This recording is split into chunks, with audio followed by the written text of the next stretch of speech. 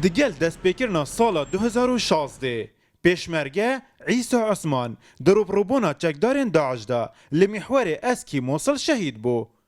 کسوکارن وی وکه یکم شهید سالا 2016 بناف دکن دبیجن ام دی بردوان بین لسر ریکاوی. و هم صد ظلام بيقون ديدا بيبنا مالي دا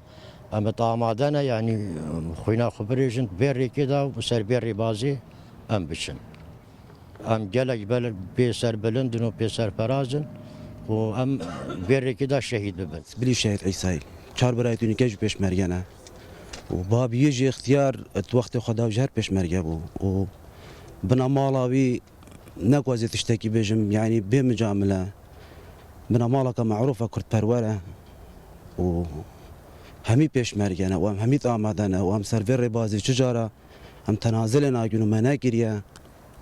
نبز بو شهید بنا عیسی هميجي شهید بنا متآمدنه بو فرق جدست پیکا هاتنا چکدارن داعش بو باجر موصل و دوروبرین وی وره 1366 پیشمرگه شهید بوینه هنجی کسو کارن شهیدان هرچند کو خوشتوین خوش دست داینه لیوان پیام وی هنه سر شرفه سر نامیسه اسنه پشیمانم میشه شیدن هر شده دیگاری گازی دی گوری کردستانی که سر چاوین مهاتن سر سری مهاتن امانت چینجی پیشمرگه جهینه همی عرضا گویوالی بید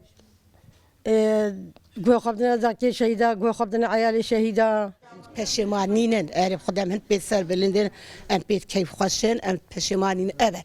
خدي في قاعد برايتي وبصماليتي وهاكي طالع في قندي نامي ام هيدا خقول كردستاني ام پشیمانین ام مجبرين وام كردن وام پیشمرگهن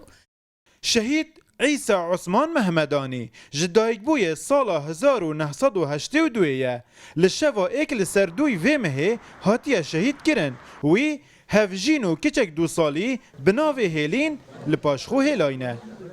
شهید بونه پیگه که پیروز و بلند هیا جریه جواکی و آینی و لو هنج کسو کارن شهید عیسی دبیجن ام شانازی بشهید بوناوی دیکین.